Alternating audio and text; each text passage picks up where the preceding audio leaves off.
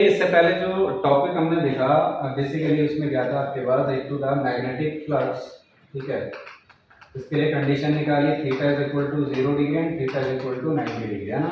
और साथ में हमने बोला कि किसी भी सरफेस से परपेंडिकुलर जो पास होने वाली मैग्नेटिक फील्ड लाइंस होती है, ठीक है, उसी को हमने क्या बोला था, मैग्नेटिक फ्लक्स बोला था, है ना। दो कंडीशन निकाली थी, one theta is equal to 0 and theta is equal to 90 degree, ठीक है। फिर हमने देखा इसके बाद आपके पास आता है फैराडे लॉ, है ना। और फैराडे लॉ के बाद हमने देखा लेंज को, है ना। फैराडे 18th सेंचुरी में जो साइंटिस्ट हुए थे फैराडे, उन्होंने क्या दिया था, इलेक्ट्रोमैग्नेटिक इंडक्शन से रिलेटेड क्या दिया था, लॉ दिए थे, दो लॉ दिए थे, जिसके बारे में हम इससे पहले वीडियो में क्या कर चुके हैं, डिस्कस कर चुके हैं, है ना। फिर से एक बार रिकैप कर दूं। उसमें बेसिकली क्या कहा गया था कि जैसे हम किसी कुंडली में क्या करते हैं, करंट का फ्लो कराते हैं, तो उसके आसपास क्या होता है, मैग्नेटिक फील्ड बेसिकली जनरेट होता है। और अगर हम क्या करेंगे, फ्लक्स में चेंज करेंगे, तो फ्लक्स में चेंज करने के फ्लक्स में जैसे जैसे हम चेंज करते हैं, तो उसमें क्या हो जाता है, एक प्रेरित विद्युत वाहक क्या हो जाता है, जनरेट हो जाता है ना। अगर कुंडली बंद है तो एक करंट का फ्लो होता है जिसको हम बोलते थे प्रेरित धारा, है ना। और इसी घटना को हमने बोला था इलेक्ट्रोमैग्नेटिक इंडक्शन, ठीक हो गया, ठीक है। और लेंज लॉ ने जो डिफाइन किया था, लेंज लॉ ने बेसिकली क्या बोला था कि जो प्रेरित धारा उस कारण का विरोध करती है जिस कारण वह क्या हो रही है, स्वयं उत्पन्न हो रही है। बेसिकली ये मुख्य धारा के बढ़ने का क्या करेगी, विरोध करेगी, है ना। तो लेंज लॉ को समझना इंपॉर्टेंट है, क्योंकि जैसे जैसे हम करंट को हम क्या करते हैं, बढ़ाते हैं, इंक्रीज करते हैं, है ना।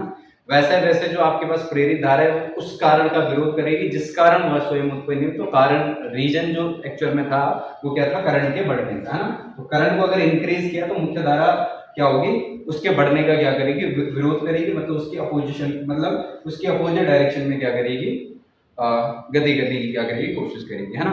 उसी तरीके से अगर हम मुख्य धारा के मान को क्या करते हैं, घटाते हैं, तो प्रेरित धारा क्या करेगी, बढ़ने की क्या करेगी, कोशिश करेगी, ठीक है। उसी को हमने क्या बोला था, लेंज का नियम। और जो लेंज का नियम वो फैराडे का सेकंड नियम पे बेस्ड है, मतलब फैराडे का जो सेकंड लॉ है वही लेंज का क्या आएगा, आपके पास नियम आएगा, ठीक है। नेक्स्ट टॉपिक है आपके पास स्वप्रेरकत्व, ठीक है, सेल्फ इंडक्शन, इसको बोला जाता है सेल्फ इंडक्शन, ठीक है। हिंदी में अपन इसको बोलेंगे स्वप्रेरक। देखो सीधा आपको समझना है, जैसे आपके पास एक कॉइल है, ठीक है, कॉइल है ना, इस तरीके से कॉइल है, ठीक है।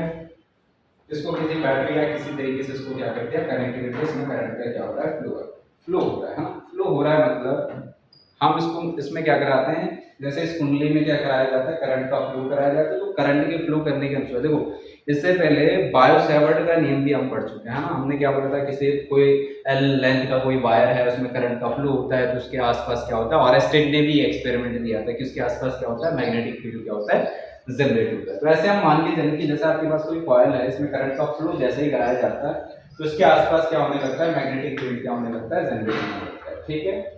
अब देखें, मैग्नेटिक फील्ड जनरेट होगा, कंडीशन यहाँ से क्या है, जो आपके पास करंट है ना, इसको हम दो तरीके से बोल सकते हैं। एक कंडीशन तो ये हो सकती है कि आप करंट की वैल्यू को बढ़ाएं, इंक्रीज करें, है ना।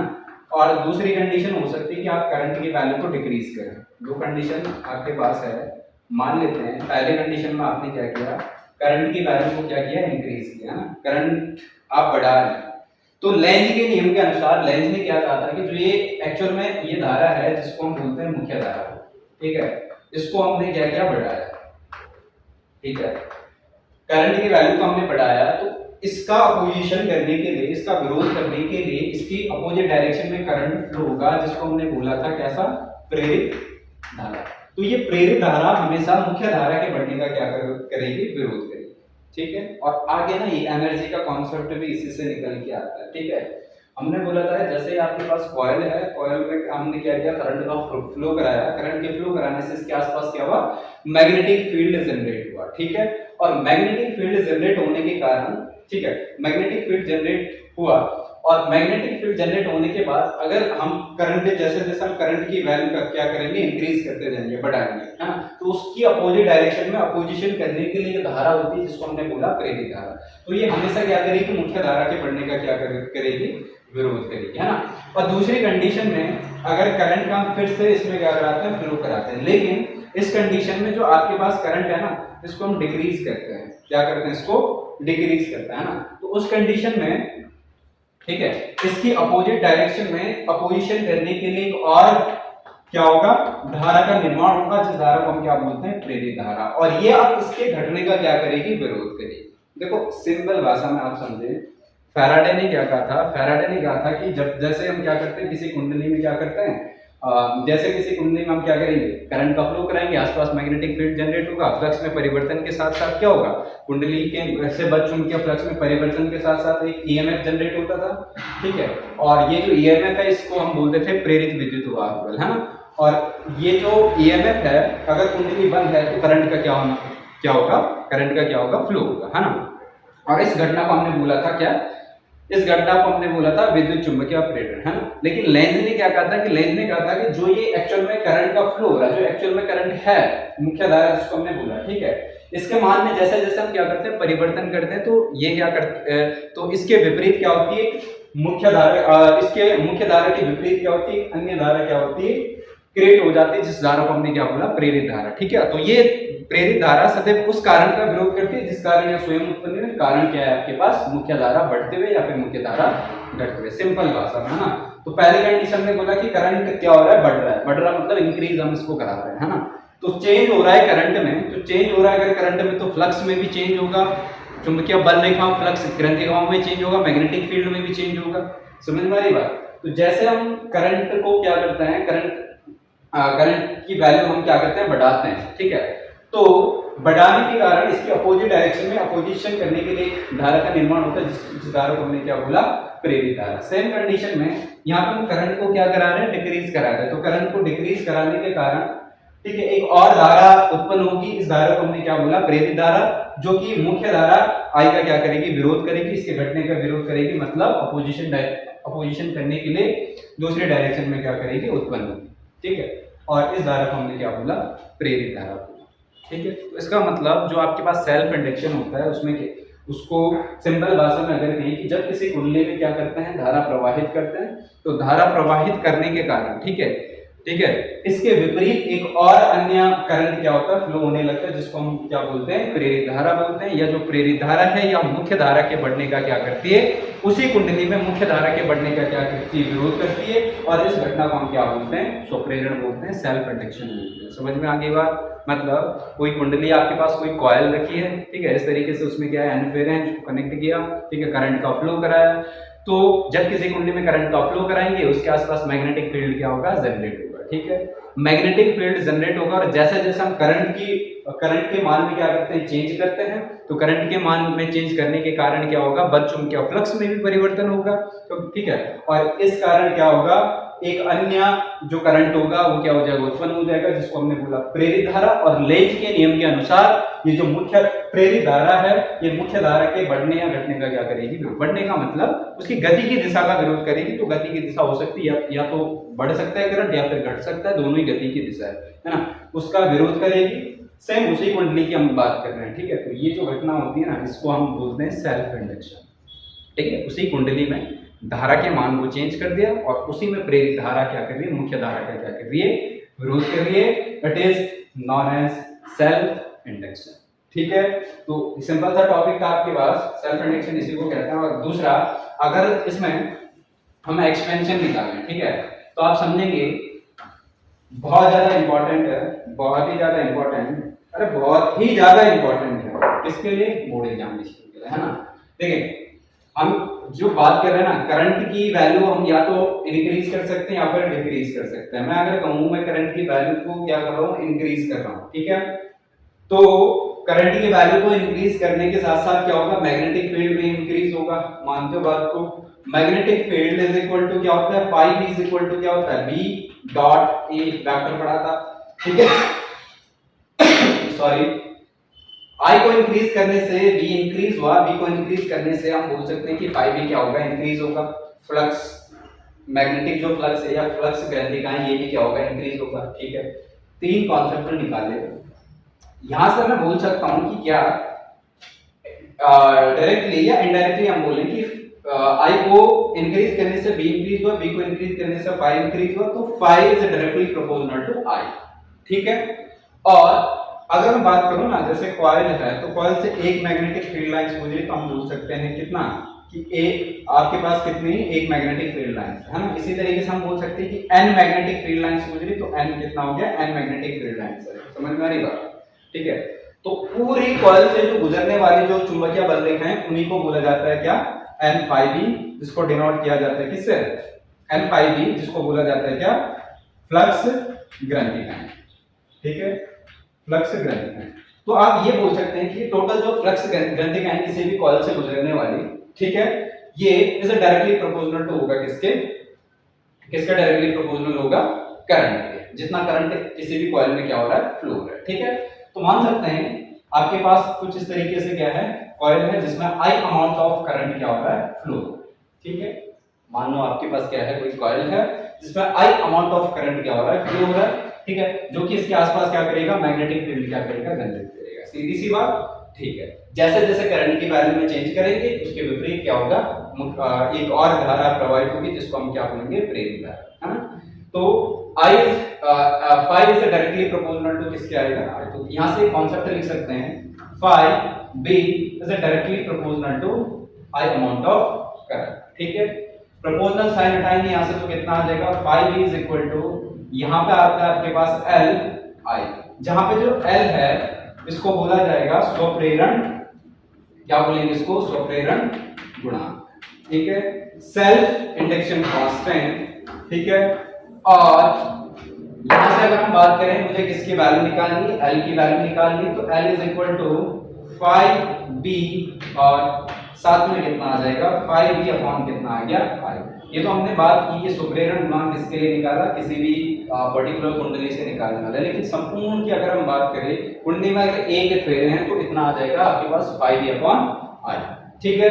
लेकिन मान के चले, माना कुंडली में, ठीक है, कॉइल में कितने हैं, कुंडली में n फेरे हैं, तो ठीक है कितना आ जाएगा, multiple of n times n phi b by कितना आ जाएगा, I।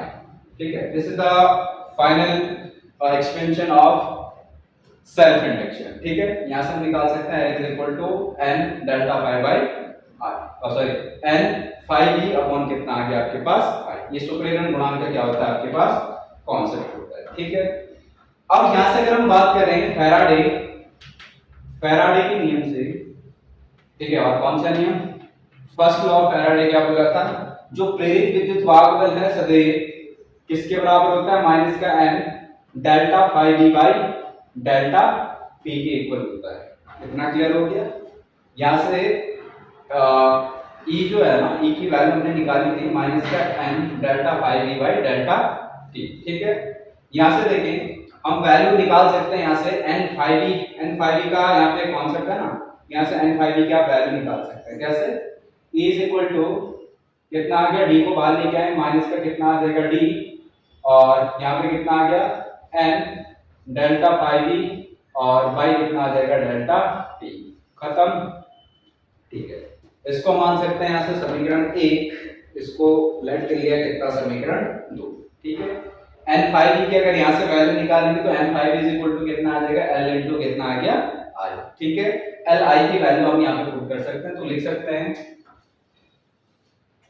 समीकरण 1 का मान समीकरण 2 में रखने पर, समीकरण 1 का मान 2 में रखेंगे तो कितना आ जाएगा, A is equal to minus का d बाई डी टी, और n phi b की जो वैल्यू आ जाएगी कितनी आ जाएगी, L इनटू I। इतना ठीक हो गया। और यहां से हम निकाल सकते हैं E इज इक्वल टू कितना आ गया, माइनस का L को बाहर लेके आए, साथ में आ जाएगा di बाई dt। इतना क्लियर हो गया। ठीक है। और फिर यहां से आप L की वैल्यू, एक तो विद्युत वाहक बल जो हमने ये जो E की वैल्यू निकाली, कौन सा विद्युत वाहक बल था, प्रेरित विद्युत वाहक बल, तो एक तो हमने इसकी वैल्यू भी निकाली, प्रेरित विद्युत वाहक बल। ठीक हो गया। दूसरा हमने स्वप्रेरण गुणांक के लिए कॉन्सेप्ट निकाला। तीसरा इन टर्म्स ऑफ ईएमएफ हम किसकी वैल्यू निकालेंगे, एल की वैल्यू निकालेंगे। तो एल इज इक्वल टू ई, ई हो गया डेल्टा टी नीचे, साथ में आ जाएगा आपके पास कितना, ये कितना आ गया डेल्टा टी बाय डेल्टा आई, साथ में लगेगा नेगेटिव साइन। ठीक है, तो यहां से भी एक कॉन्सेप्ट निकाल सकते हैं किसका, स्वप्रेरण गुणांक। L is equal to minus E delta T by delta I. इतना क्लियर हो गया। बात करेंगे यूनिट की। मुझे L का स्वप्रेरण गुणांक का, स्वप्रेरकत्व का हमको क्या चाहिए, यूनिट चाहिए, है ना। यूनिट किसका रखेंगे, ई का रखेंगे। ई बेसिकली क्या है, ईएमएफ किसकी तरह काम करता है, वोल्टेज की तरह काम करता है ना। सेल की बात करें तो ईएमएफ है, बैटरी की बात करें तो क्या होता है, वोल्टेज होता है। अच्छा, ई का यूनिट निकालेंगे सबसे पहले। जैसे हम पढ़ते हैं v is equal to W upon Q, E का भी इसी तरीके से निकाले, डब्ल्यू अपॉन क्यू। डब्ल्यू का कितना होता है, ml स्क्वायर टी की पावर माइनस 2 वर्ग है, और आगे इसका कितना होता है 80, तो आ जाएगा ml स्क्वायर टी की पावर 1 माइनस 2 प्लस 1, ऊपर जाएगा माइनस 1, टोटल कितना हो गया -3, और a की पावर कितना आ जाएगा -1। उसका जो यूनिट आ गया कितना आ जाएगा, ml स्क्वायर टी की पावर कितना आ गया -3, a की पावर कितना आ गया -1। ठीक है, डेल्टा टी, टी मतलब टाइम, टाइम का डायमेंशन कितना आएगा t। ठीक हो गया, और अपॉन आई, करंट का जो डायमेंशन होगा कितना आ जाएगा a, एम्पियर, है ना। पूरा इसको सॉल्व करें, देखें m l स्क्वायर टी की पावर -3 प्लस 1, -3 प्लस 1 कितना आएगा -2, और a की पावर -1, पॉजिटिव 1 ऊपर जाएगा -1, -1 कितना आ गया -2। ठीक है, तो ये हमने इसका क्या निकाल लिया। अच्छा, ये जो हमने निकाला इसका भी, ये यूनिट नहीं है, क्या निकाला है, डायमेंशन निकाला। क्या निकाला है, डायमेंशन निकाला है। ठीक है, कोई बात नहीं, डायमेंशन पहले निकाला, यूनिट निकालेंगे, है ना, हो जाता है इधर उधर हो जाता है। हाँ, यूनिट निकालेंगे इसका, तो यूनिट कितना निकलेगा, ये मतलब ये हो गया। ठीक है, वोल्ट ही होगा इसका, जैसे हम क्या पढ़ते हैं, विभव के लिए पढ़ते हैं वोल्ट, वैसे ईएमएफ का कितना होगा, वोल्ट होगा, तो इसका बोल सकते हैं वोल्ट। ठीक है, साथ में आगे इनटू टाइम, टाइम के लिए कितना आ जाएगा सेकंड, और करंट का तो आप जानते ही पर एम्पियर, है ना। तो आपके पास जो यूनिट आया, यूनिट कितना है, वोल्ट सेकंड पर एम्पियर, एंड द डायमेंशन जो निकाला आपने वो कितना निकाला, ml स्क्वायर टी की पावर -2, a की पावर कितना आ जाएगा -2। इतना क्लियर हो गया। लेकिन अगर हम बात करें किसकी, SI यूनिट की अगर हम बात करें, ठीक है, तो SI यूनिट में क्या यूनिट होगा इसका, SI यूनिट में इसका यूनिट होता है हेनरी। ठीक है, हेनरी। ठीक है, और अगर हम एक हेनरी की बात करें, क्योंकि देखो जब हम यूनिट की बात कर रहे हैं तो वोल्ट सेकंड पर एम्पियर यूनिट निकाला, तो पूछ सकते हैं कि एक हेनरी किसके बराबर हो गया, 1 Henry is equal two volt, 1 volt second, और साथ में आ जाएगा पर एम्पियर। खत्म हो गया। तो ये जो कॉन्सेप्ट है, ये किसका कॉन्सेप्ट है, सेल्फ इंडक्शन का। ठीक है, बहुत ज्यादा खतरनाक टॉपिक है। हाँ, और अगर हम बात करें किसकी, एनर्जी की हम बात करें, देखो हम अलग अलग एनर्जी पढ़ते हैं, पोटेंशियल एनर्जी पढ़ते हैं, काइनेटिक एनर्जी पढ़ते हैं। हम फिजिक्स पढ़ रहे हैं तो फिजिक्स में बेसिकली क्या होता है, बहुत सारे कॉन्सेप्ट होते हैं ना। एनर्जी ऐसा नहीं किया, अलग अलग टाइप की मैकेनिकल एनर्जी होती है ना। Potential energy plus kinetic energy is equal to mechanical energy हो गया। तो एनर्जी के हम किस उसमें पढ़ रहे हैं एनर्जी, जब हम इलेक्ट्रोस्टैटिक्स में देखते हैं तो इलेक्ट्रोस्टैटिक्स में हमने चार्ज को बोला कि इनफाइनाइट से उठाया और कहां पे लेके आया, उसको इलेक्ट्रिक फील्ड में लेके आया। ये जो वर्क करना पड़ा इसको हमने बोला था पोटेंशियल, है ना, विभव बोला था इसको। और इसको हमने क्लास 11th में भी हमने इसी तरीके से एनर्जी के बारे में पढ़ा था, है ना। तो एनर्जी के ना कई कॉन्सेप्ट हो सकते हैं, है ना। लेकिन जो अभी हम बात कर रहे हैं एनर्जी, हम किसकी बात कर रहे हैं, स्वप्रेरण गुणांक। तो स्वप्रेरण गुणांक इसमें हम क्या निकालेंगे, ऊर्जा निकालेंगे। क्या निकालेंगे, ऊर्जा। किसी कुंडली से बल जो एनर्जी होती है वही हमको क्या करनी है, फाइंड करनी है। ठीक हो गया। ठीक है, अब किस ऊर्जा की हम बात कर रहे हैं, ऊर्जा कब लगती है, कोई भी चीज हम काम कर रहे हैं तो जाके मैं काम कर पा रहा हूं, क्योंकि मेरे अंदर क्या है, एनर्जी है, तो जाके मैं क्या कर पा रहा हूँ, I am able to work just because we have a lot of energy, right. तो मेरे पास अगर एनर्जी तो मैं काम कर सकता हूँ, है ना। अब एनर्जी या तो काम करने में लग सकती है या फिर काम ना करने में भी एनर्जी लगती है, बैठे बैठे भी एनर्जी लॉस होती है, ठीक है। तो जब हम एनर्जी की बात कर रहे हैं, देखिए करंट का फ्लो कराया, समझेंगे बात को, करंट का फ्लो कराया, इसके आसपास क्या हुआ, मैग्नेटिक फील्ड जनरेट हुआ, है ना। मैग्नेटिक फील्ड जनरेट हुआ, जैसे हम करंट की वैल्यू का क्या करते हैं, इंक्रीज करते हैं। हमने करंट की वैल्यू को इंक्रीज किया, सीधा हमने पढ़ लिया कि स्वप्रेरण कहता है, आपके पास सेल्फ इंडक्शन कहता है कि इसकी अपोजिट डायरेक्शन में क्या होगा, एक धारा का निर्माण होगा, जिस धारा को हमने क्या बोल दिया, प्रेरित धारा बोल दिया, ठीक हो गया। ये प्रेरित धारा हमेशा पोजीशन, ये करंट आपके पास आया, ये करंट हमेशा क्या करेगा, मुख्य जो आपके पास मुख्य धारा था उसका क्या करेगा, गति की दिशा का विरोध करेगा, उसके बढ़ने का विरोध करेगा, तो उसके अपोजिट डायरेक्शन में क्या करेगा, गति करने की कोशिश करेगा, रोकने की कोशिश करेगा, कम करने की क्या करेगा, कोशिश करेगा, ठीक है। लेकिन इस करंट को अपने पीक तक तो पहुंचना है भाई, अगर 10 एम्पियर का अगर करंट है ना, इसको 10 एम्पियर तक तो जाना है ना, 10 एम्पियर पीक तक तो इसको पहुंचना है ना। तो इसको अपनी मैक्सिमम वैल्यू को, ठीक है, करंट यहाँ पे था, इसको अपनी मैक्सिमम वैल्यू को आई नॉट तक पहुंचने के लिए, यहाँ पे कितना करंट है, I1 करंट है, I2 करंट है, I3 करंट है, I4 करंट है, इसको अपनी मैक्सिमम वैल्यू तक पहुंचने के, आई नॉट तक पहुंचने के लिए, है ना। मैक्सिमम करंट को हमने मान लिया कि आई नॉट मैक्सिमम करंट है ना, 10 एम्पियर मैक्सिमम करंट है, जीरो से शुरू किया, 10 एम्पियर तक उसको पहुंचना है, ठीक है। तो उसको अपने मैक्सिमम पीक तक पहुंचने के लिए, ठीक है, पहुंचना तो होगा उसको, ठीक है। लेकिन अगर ये करंट ना आगे बढ़ रहा है, इसको हम इंक्रीज करा रहे हैं, लेकिन प्रेरित धारा हमेशा उसका क्या कर रही है, विरोध कर रही है, हाँ? ये करंट बढ़ेगा, प्रेरित धारा उसका विरोध करेगा, लेकिन ये बढ़ने की कोशिश करेगा, ठीक है। तो इस प्रेरित धारा के कारण, ठीक है, ये प्रेरित धारा कब उत्पन्न हुई, जब इसमें क्या जनरेट हुआ होगा, ईएमएफ जनरेट हुआ होगा, जिसको हमने क्या बोला था, प्रेरित विद्युत वाहक बल बोला था, ठीक है।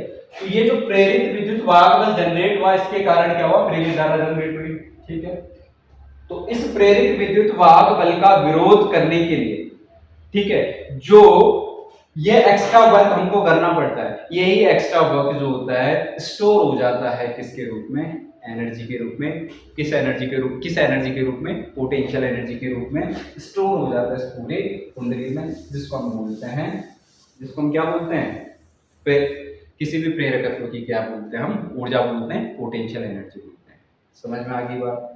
बेसिकली, ठीक है, ये जो पोटेंशियल एनर्जी हम निकालते हैं सेल्फ इंडक्शन के लिए, तो पोटेंशियल एनर्जी क्या है, हमने क्या किया, कोई कॉइल ली, ठीक है, उसमें करंट का फ्लो कराया, आसपास मैग्नेटिक फील्ड जनरेट हुआ, ठीक है। यार आप इतना जानते हैं, अगर मैग्नेटिक फील्ड जनरेट हुआ तो ईएमएफ क्या हो रहा है, जनरेट हो रहा है, है ना। लेंज के नियम के अनुसार, फैराडे के नियम के अनुसार क्या हुआ, प्रेरित विद्युत वाहक बल उत्पन्न हुआ, और ये जो प्रेरित विद्युत वाहक बल, इस कारण क्या हुआ, प्रेरित धारा क्या हुई, उत्पन्न हुई, जो मुख्य धारा के बढ़ने का क्या कर रही है, विरोध कर रही है ना। इंक्रीज करा रहे तो इधर गया, ठीक है, कम करने की कोशिश कर रहे हैं, डिक्रीज कर रहे हैं तो बढ़ने की क्या करेगी, कोशिश करेगी, है ना।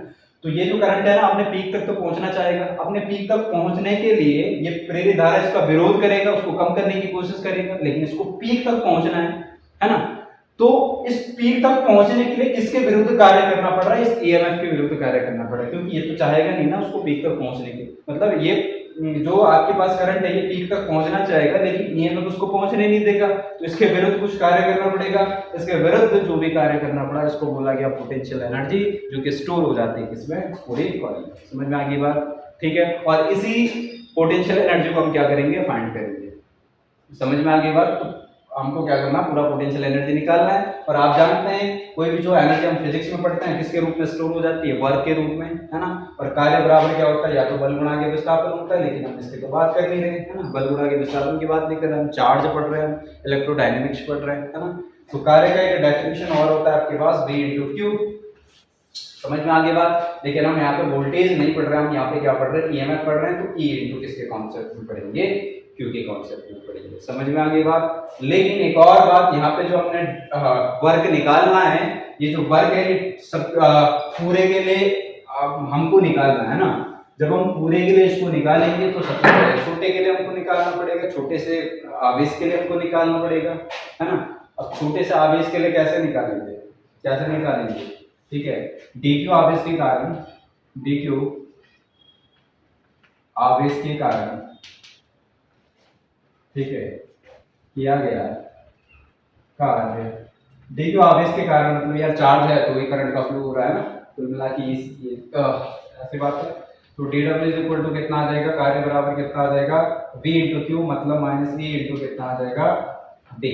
समझ में आ गई बात। D W is equal to minus E M F into कितना आ जाएगा, डेल्टा क्यू क्यों लिया, क्योंकि छोटा सा क्या है आपके पास, चार्ज है ना।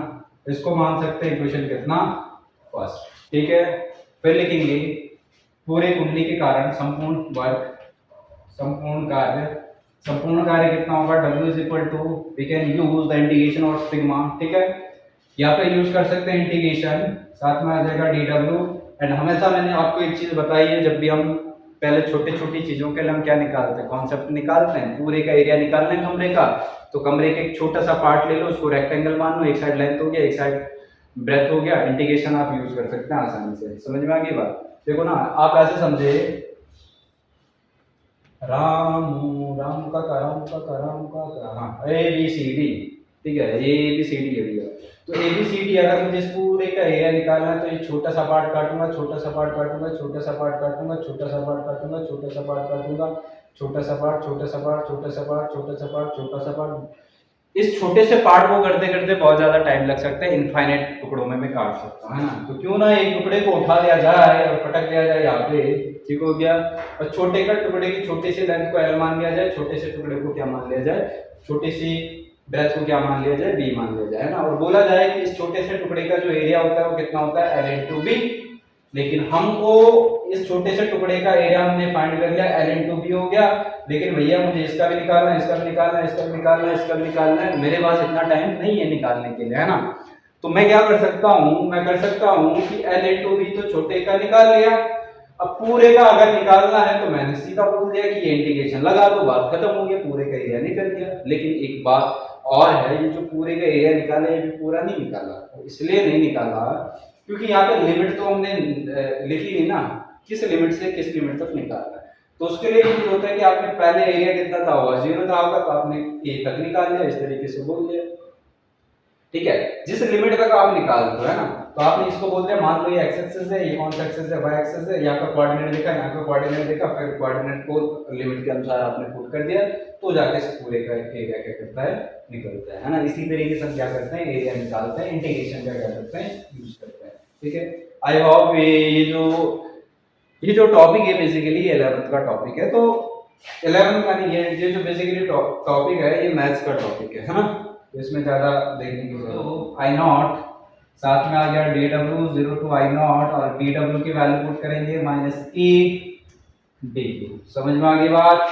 ई की वैल्यू यहाँ से पुट करेंगे, इक्वेशन बनी है आपके पास, प्रेरित विद्युत वाहक बल की वैल्यू कितनी है, W is equal to 0 to positive नहीं आई नॉट, और माइनस ई की वैल्यू आ जाएगी कितना, माइनस आ गया L D I by D T, और साथ में कितना लिख लिया, D Q as it is. Clear हो गया।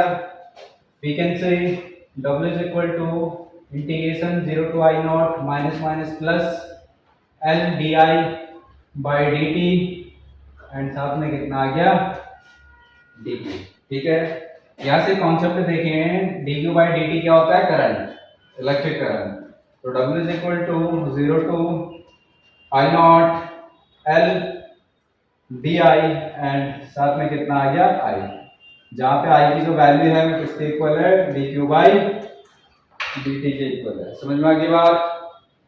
And next W is equal to constant बाहर लेके आए, कांस्टेंट क्या है आपके पास, L कांस्टेंट आ गया, L को बाहर लेके आया, इंटीग्रेशन में आ जाएगा 0 to positive I naught I D I. I का जो इंटीग्रेशन होगा, x का क्या होता है, x की पावर n का होता है, x की power n plus 1 by n plus 1, same numerator same denominator, है ना। उसी तरीके से W is equal to L, I का इंटीग्रेशन आएगा स्क्वायर बाई 2, और साथ में आ गया 0 टू आई नॉट। एक बार हायर लिमिट को पुट किया, एक बार लोअर लिमिट को पुट किया, W is equal to L, I की जगह आई नॉट रखा तो आई नॉट का स्क्वायर बाई 2, और माइनस 0 पुट करेंगे तो कितना आ जाएगा, 0। ठीक है, ये वाला टर्म तो 0 हो गया। तो फाइनल जो एक्सपेंशन आपने निकाला पोटेंशियल एनर्जी का, वो कितना आ गया, 1/2 एल आई नॉट का square, where I naught is a maximum value of the current. ठीक है, जो कि वो क्या करता है, पहुंचने की क्या करेगा, कोशिश करेगा. ठीक है, तो फर्स्ट कॉन्सेप्ट आपका क्लियर हुआ. जो स्वप्रेरण होता है उसको आपने कैसे निकाला, किस तरीके से समझा, सारा हमने इसमें निकाल लिया. क्लियर हो गया. स्वप्रेरण गुणांक हमने निकाला, एंड फिर हमने डायमेंशन निकाला, फिर हमने यूनिट निकाला, फिर हमने बात की एक एनडी होता है किसके बराबर, 1 वोल्ट सेकंड पर एम्पियर के बराबर. एंड फिर हमने उसमें देखा कि जो एनर्जी होती है, पोटेंशियल एनर्जी स्टोर होती है किसी भी कॉइल में, वो किस तरीके से हम फाइंड करते हैं. The final expansion will be W = U = 1/2 Li0 का स्क्वायर. ठीक है.